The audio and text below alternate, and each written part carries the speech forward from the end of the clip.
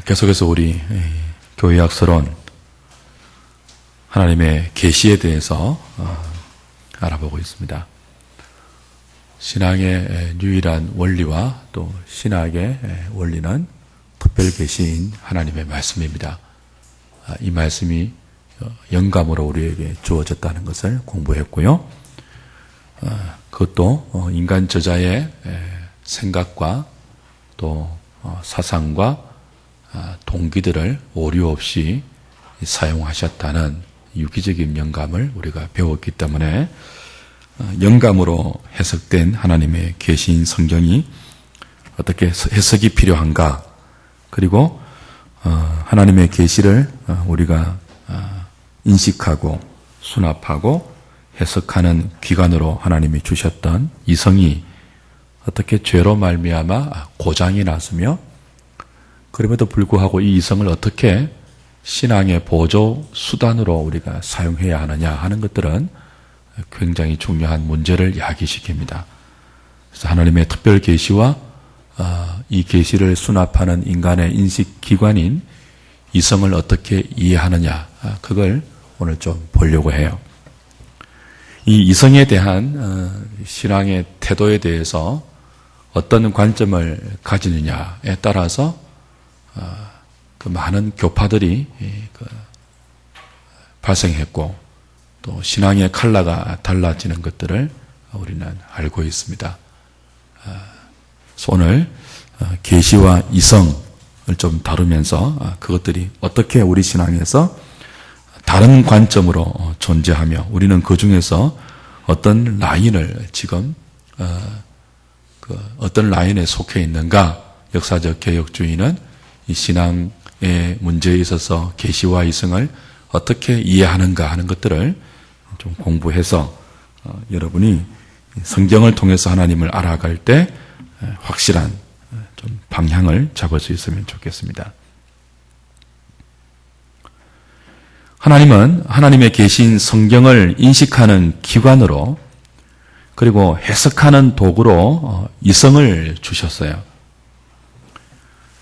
이성이 문제가 없으면 이성을 통해서 하나님의 계시를 우리가 포착하고 또 계시된 뜻대로 우리가 하나님의 뜻을 수납해서 하나님을 알아갈 수 있을 것인데, 죄가 중요한 하나님을 알아먹는 기관인 이성을 망가뜨려 버렸죠.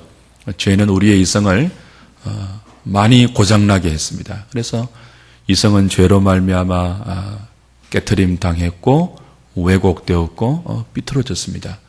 그걸 우리가 이해해야지만 왜 이성이 신학의 원리가 될 수 없는지를 알 수 있고요. 그럼에도 불구하고 이성을 사용해야만 하는 그것을 이해할 때 우리가 또 이 극단적 보수주의인 근본주의로 가지 않을 수 있는 그런 자리가 될 수 있는 거죠. 죄로 말미암아 이성이 어떻게 타락했는지를 좀 볼 필요가 있습니다. 인간의 이성은 타락한 이후로 어떤 내용을 감각할 때, 어떤 내용을 인식할 때 자신이 경험한 것만 인식하려고 해요.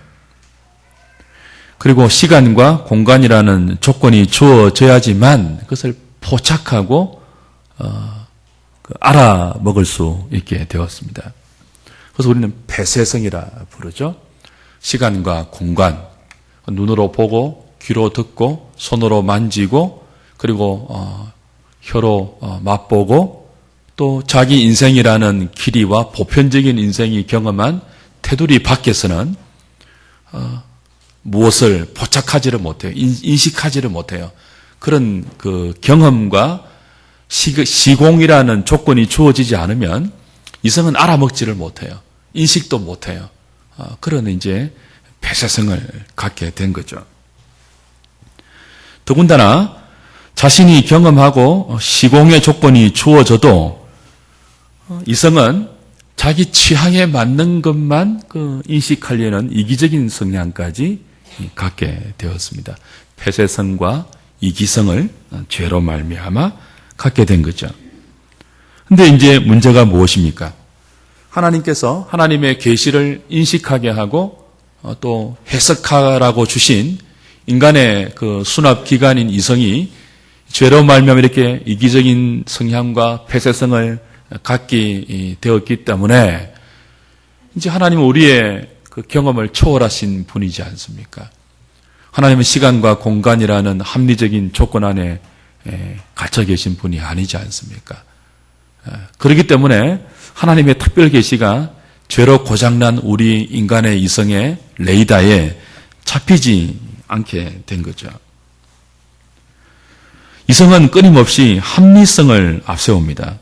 무엇인가를 납득하기 위해서는 합리적이어야 하죠. 합리, 이치가 맞아야 돼요. 근데 이게 이성이 합리적이라는 말은 죄로 타락해서 자기가 경험한 것만 포착한다는 점에서 합리적이에요. 경험하지 못하면 합리적이 아니라고 여기죠. 못 봤으니까요. 경험한 적이 없으니까요. 이해를 못하는 거죠. 그게 계시로 우리에게 주어져도 경험하지 못한 내용이라면 밀어내는 거예요. 인식을 못하는 거죠. 받아들이지를 못해요. 그래서 합리적이라는 말이 꽤 긍정적인 의미가 있음에도 불구하고 또 다른 뉘앙스는요, 폐쇄적이라는 것입니다. 저 사람이 참 합리적이라고 할 때는 어떤 뜻이 있습니까? 자기가 보고, 자기가 듣고, 자기가 경험한 것 외에는 받아들이지 않을 수 있는 사람이라는 의미도 포함되어 있어요. 그 신앙이 어떤 면에서는 굉장히 합리적이지만요, 또 한편으로는 하나님의 은혜 가운데 이 합리를 뛰어넘어야 돼요. 왜냐하면 하나님은 합리라는 조건에 딱 맞는 분이 아니거든요. 우리의 경험과 시간과 공간이라는 조건에 갇혀 계시는 분이 아니기 때문에 그래요.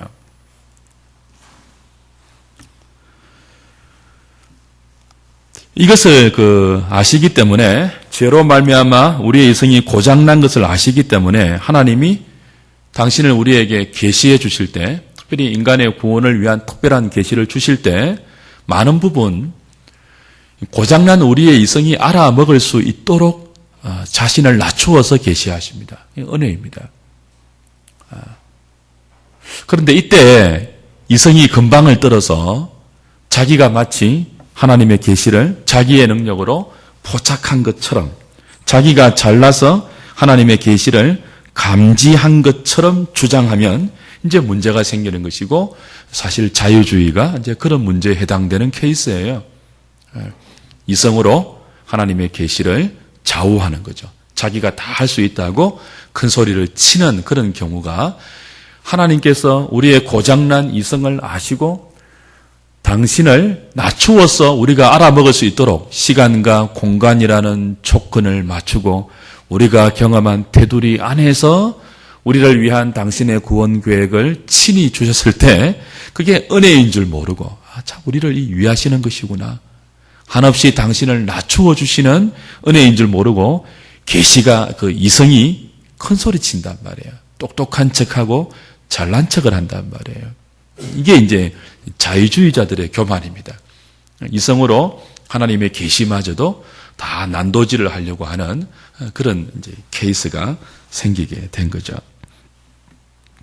우리는 둘 다를 이해할 수 있어야 돼요. 이성이 죄로 말미암아 많은 부분 고장났다 하는 것도 이해하고 있어야 되고, 그리고 그럼에도 불구하고 이 이성은 사실 중생한 자들에게, 성도에게 이성은 하나님의 특별 계시를 수납하고 해석하는 유일한 기관이기 때문에 죄로 말미암아 고장이 났다고 이성을 배제하면 또 안 된다는 사실도 동시에 기억해야 합니다. 첫 번째로 중생한 이성의 역할을 좀 살펴볼 필요가 있어요. 근본적인 극단적 보수주의는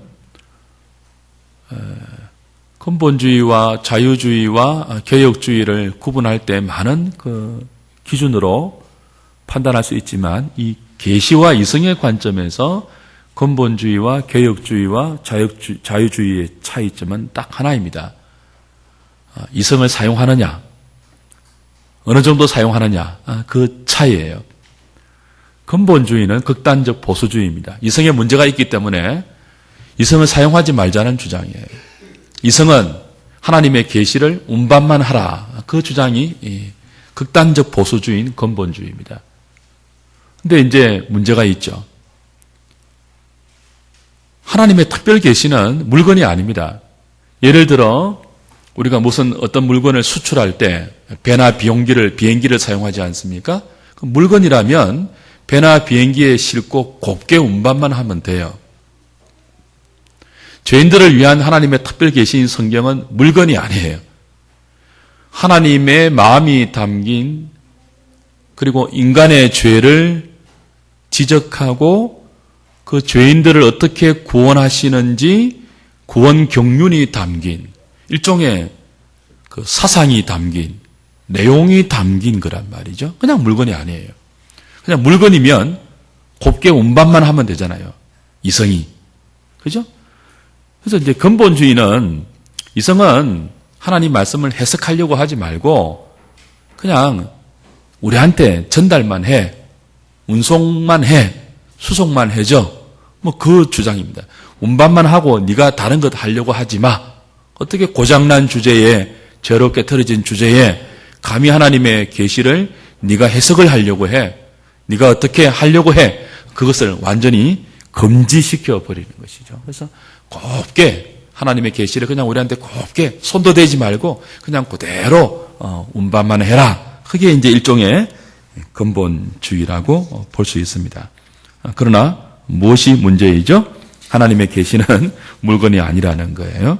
하나님의 마음이 담겨 있는 그 안에 내용이 있고 사상이 있는 계시이기 때문에 해석이 필요합니다. 그리고 그 과정에서 왜 이것을 이런 방식으로 주셨지? 라는 고민이 필요해요. 이성의 고민이 필요해요.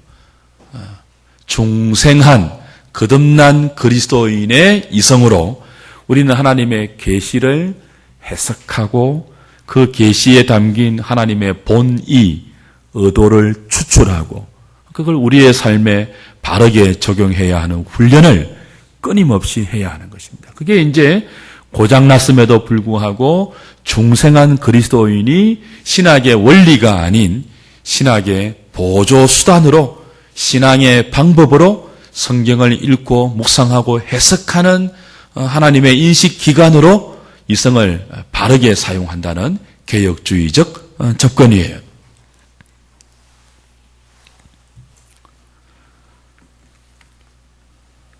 반면에 자유주의는 이성의 계시를 좌우하죠.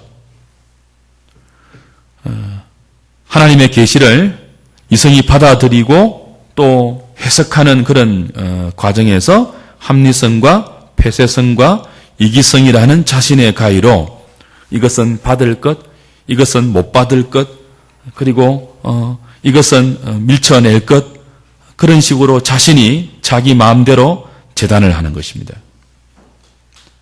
자유주의가 그래요. 인간이 경험하지 못한 사건이나 내용이 성경에 기록되어 있으면 그걸 이제 거부하는 거죠. 이건 사실이 아니다. 거부하는 거죠. 예수님의 부활, 초월적인 기적, 뭐 이런 모든 것들 사실이 아니야. 라고 이제 난도질 하는 것입니다. 시간과 공간의 조건에서 인간은 물리를 걸을 수 없어요. 그래서 예수님이 물리를 걸었다는 것을 자유주의자들은 수납하지 않습니다. 인정을 못해요. 어떻게 해석을 하는 거죠? 안개가 자욱히 낀 어느 날 제자들이 예수님을 멀리서 바라보았는데 그때 예수님은 갈릴리 바닷가 근처 어느 뚝길을 걷고 있었다. 그런데 안개가 뚝은 다 가려버렸고 멀리서 바라본 제자들이 예수님을 볼 때 마치 무리를 걸은 것처럼 보였다. 이렇게 해석하는 거예요. 이성으로 난도질을 하는 거죠. 모든 그 성경의 계시에 있는 초월적인 사건, 기적적인 사건들을 그런 식으로 가위질을 해서 수납할 수 있는 시간과 공간과 인간의 지각으로 오감으로 경험한 그 테두리 안에서 다 난도질을 하는 것입니다. 그게 이제 자유주의예요. 그 이성은 근본주의자들의 주장처럼 고장났기 때문에 아예 아무 작용을 하면은 되지 않는다는 것도 우리는 인정할 수 없고요. 또 자유주의자들처럼 이성이 하나님의 계시를 자기 마음대로 좌우하는 가위질하고 난도질하는 그런 자유주의자들의 주장도 우리는 수납할 수 없습니다. 전통적 역사적 개혁주의는 이성의 문제점을 인식하고 그 문제점을 극복하는 은혜를 구하여 그리고 하나님의 조명하심을 끊임없이 구하면서 말씀이 가는 대로 우리의 이성이 멈추는 그 한계 안에서 이성을 사용하는 계시 의존적인 방식으로 하나님의 말씀과 이성을 이렇게 사용하는 거죠. 이성은 끊임없이 합리성을 가지고 그 범위 안에서만 하나님의 계시를 인식하려고 할 때 우리는 믿음으로 그 폐쇄성을 자꾸 열어야 하는 거예요. 우리는 수납이 안 돼도 하나님 말씀이 그렇다고 하면 우리는 우리의 고장난 이성을 인정하면서 알겠습니다, 하나님. 하나님의 말씀이 이러함에도 불구하고 내가 인정이 안 되는 것은 말씀에 문제가 있어서가 아니고 그 말씀을 인식하는 내 이성에 여전히 문제가 있었음을 알겠습니다. 라고 인정하고 말씀을 따라가는 거예요. 그러니까 믿음으로 이성이 폐쇄성을 자꾸 고집할 때 믿음으로 그 폐쇄성을 열어야 하는 거예요. 이걸 우리는 오픈 마인드라고 합니다. 오픈 마인드. 여러분 오픈 마인드란 말 많이 들어보셨죠? 이게 원래 신학적인 용어예요. 마음을 좀 여세요라고 할 때 뭐예요? 신학적인 용어예요. 너의 그 경험과 너의 그 조건으로만 나를 해석하려고 하지 말고 마음을 좀 열어주세요. 이 말은 하나님의 말씀을 우리가 대할 때 그 고장난 이성의 폐쇄성과 이기성과 합리성으로 닫지 말고 자꾸 닫으려고 해도 말씀이 가라는 곳까지 믿음으로 열어라 하는 게 이제 개방성이죠. 오픈 마인드죠. 우리는 계시 의존적인 사고라고 이야기합니다.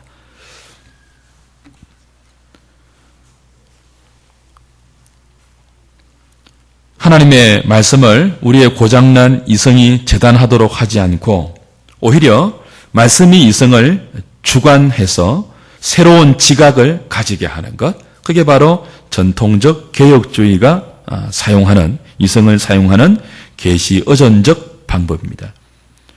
그 성경을 읽을 때 고장난 이성의 차원에서만 본다면, 합리성과 폐쇄성과 이기성의 차원에서만 본다면 상호 모순처럼 보이고 충돌되는 개념이 많죠. 그때도 나의 고장난 이성이 가르치는 그 방향으로 손을 보지 않는 거예요. 내용을 가감하지 않고 그대로 수용하는 거예요. 하나님의 계시의 말씀으로 우리의 고장난 이성을 오히려 다스려 가는 거죠. 그래서 그 고장난 이성을 끊임없이 하나님의 말씀으로 열어서 오픈 마인드해서 새로운 지각을 이제 가지게 하는 것입니다.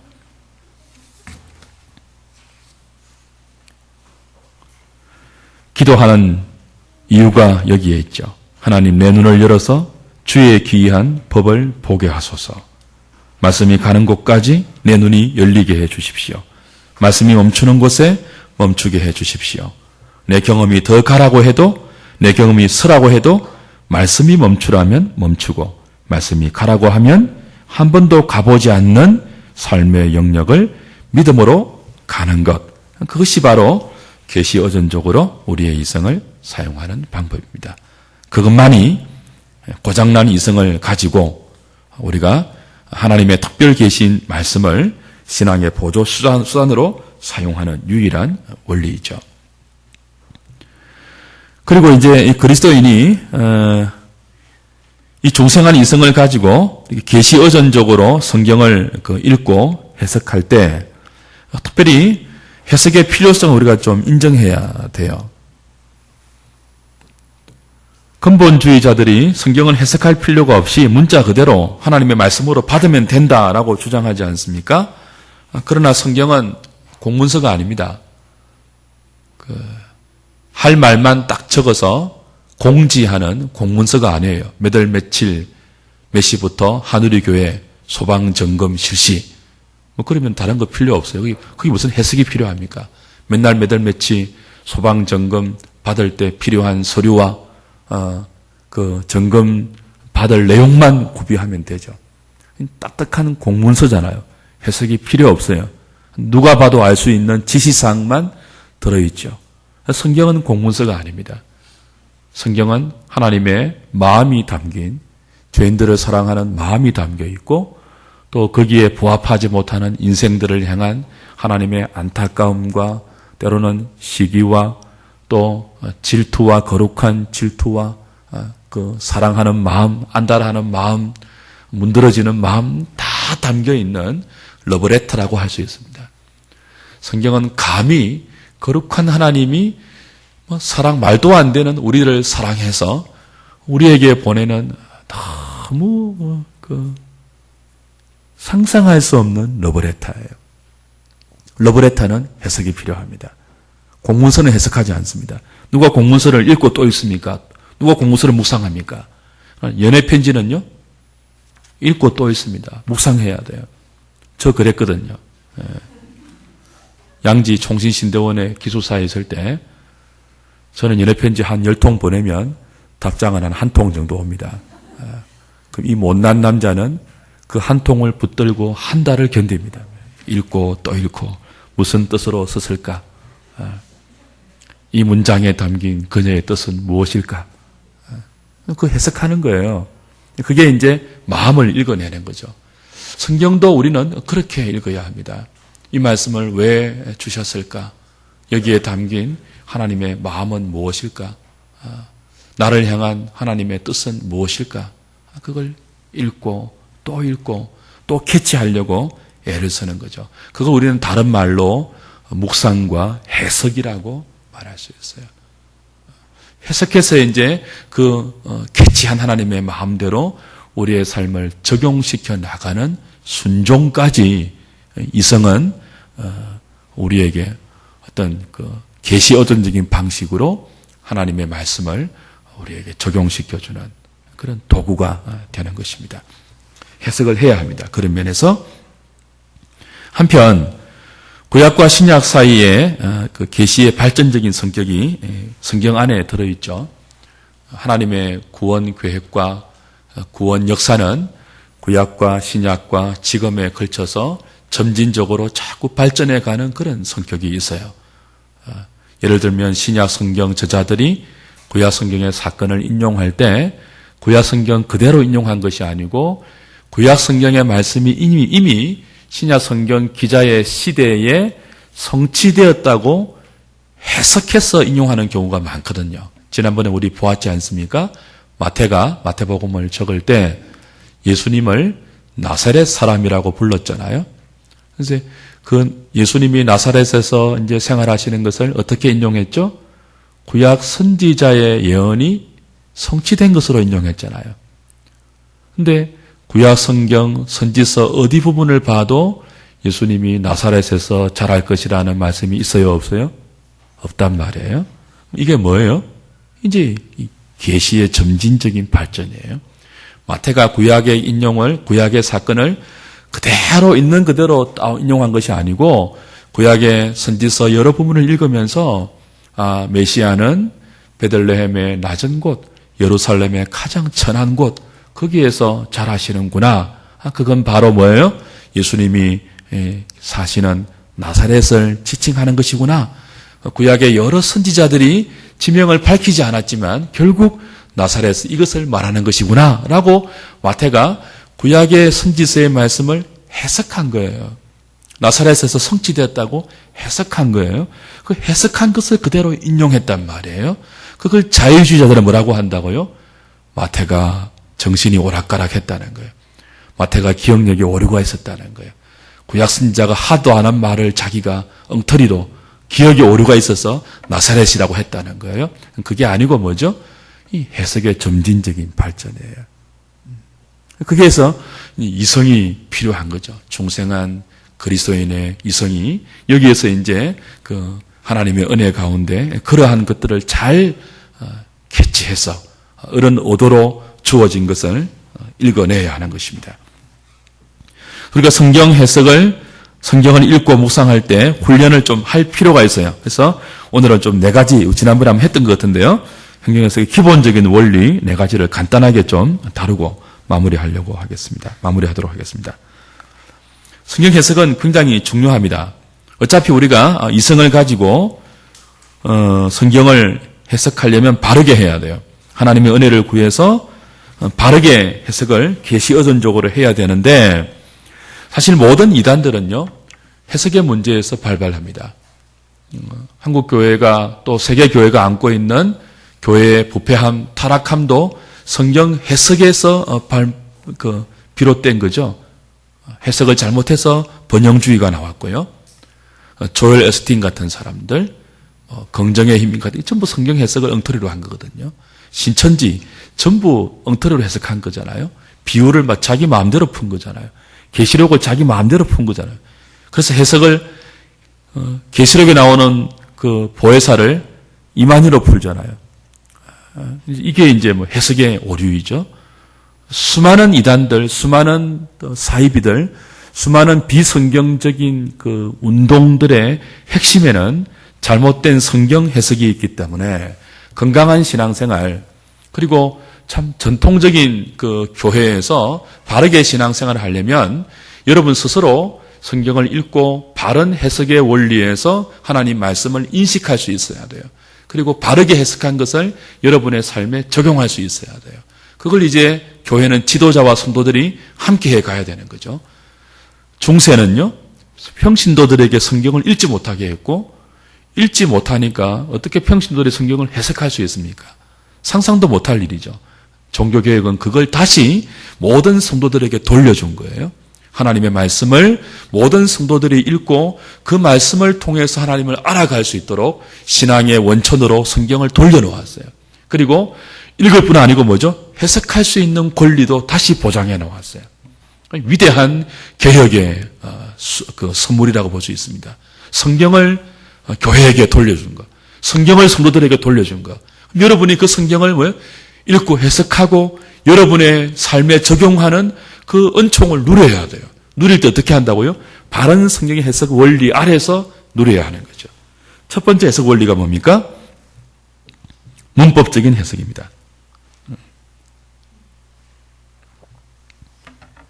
성경은 신비한 영적 언어로 기록된 것이 아니고 우리가 지난주에 보았지 않습니까? 인간의 일상생활에서 모든 보편적인 사람들이 구사했던 그런 일상적 언어 법칙에 따라서 기록되어 있습니다. 그래서 그 일상적 언어 법칙은 문법적 해석이 기본적인 해석의 첫 번째 원리입니다. 문법적 해석. 신구약 성경 66권은요. 장르가 있습니다. 장르. 역사서, 또 뭐 예언서, 혹은 서신서, 시, 그죠? 또 오경, 묵시, 이런 장르가 있단 말이에요. 그 장르의 특성을 이해하셔야 되고, 특별히 그 장르에 따라서 문법적, 문맥의 흐름을 여러분 잘 파악하셔야 됩니다. 첫 번째 해석의 원리는요, 문맥을 파악하는 거예요. 문맥을. 글의 흐름을 파악하는 거죠. 문맥을 파악하기 위해서 여러분이 애써야 할 것이 무엇입니까? 어떻게 하면 문맥을 파악할 수 있을까요? 우리 딸이 시험 칠 때 가장 많이 틀릴 때 덜렁대는 것입니다. 문제를 제대로 안 읽는 거예요. 성경을 제대로 이해하려면요, 가장 먼저 여러분이 하셔야 될 게 뭐죠? 성경을, 본문을 많이 보셔야 돼요. 많이 읽어야 돼요. 그게 문법적 해석의 첫 번째 원리입니다. 문맥을 파악하는 것. 글의 흐름을 바르게 파악할 때 왜 이 글이 나오고 왜 이 문장이 나오는지 이해할 수가 있죠. 설교자와 모든 그 성도들은요, 이 노력을 기꺼이 감수해야 돼요. 한번 읽고 묵상하면 안 돼요. 적어도 그 오늘 본문에 주어진 그 이 길이를요, 여러분의 그 지성으로, 여러분의 중생한 이성으로 파악이 될 정도로 읽어야 돼요. 그래서 스스로 여러분이 제목을 달 수 있을 정도로, 그 글의 흐름을 여러분이 파악할 수 있을 정도로, 안 보고도 말이죠. 대충의 흐름을 파악할 수 있을 정도로 읽어야 돼요. 그게 문맥을 파악하는 것입니다. 그것만 제대로 돼도 성경을 잘못 해석하는 거의 60% 이상은 방지할 수 있습니다. 문맥만 바로 읽어도. 적어도 한 5번만 읽어도 잘못 해석하는 오류를 피할 수 있다는 거죠. 그것을 안 하기 때문에 엉뚱한 해석에 우리가 그냥 이렇게 끌려가는 것입니다. 또 엉뚱한 해석을 하게 되는 실수를 범하게 되죠. 문맥을 해석할 때도요, 문맥을 파악할 때도 가장 먼저 가까운 근접 문맥을 고려해야 됩니다. 그리고 멀리 떨어져 있는 문맥도 고려해야 되죠. 우리가 지금 창세기를 보고 있다면 창세기 오늘의 본문, 그 본문의 문맥을 파악해야 되고, 좀 더 나가면요, 어제와 또 그 전에 그 사건이 기록된 그 전체의 문맥 안에서 오늘 주어진 본문의 흐름을 파악하는 훈련을 늘 하셔야 돼요. 수고스럽지만 이거는 모든 성도들이 해야 되는 기본적인 성경 읽기의 의무라고 볼 수 있습니다.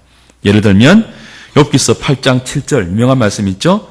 내 시작은 미약하지만 나중은 심히 창대하리라는 구절을 해석할 때, 조금만 읽으면요, 이건 하나님 말씀이 아닌 것을 알 수 있죠. 하나님이 욥에게 하신 말씀이 아니고 누가 누구에게 한 말이에요? 욥의 친구 빌닷이 욥을 정죄하기 위해서 사용했던 자기의 신학이에요. 빌닷의 생각이에요. 나중에 하나님은 이 빌닷의 생각이 틀렸다고 말해줍니다. 그런데 이걸 우리가 글을 읽지 않고 문맥을 읽지 않고 어떻게 한다고요?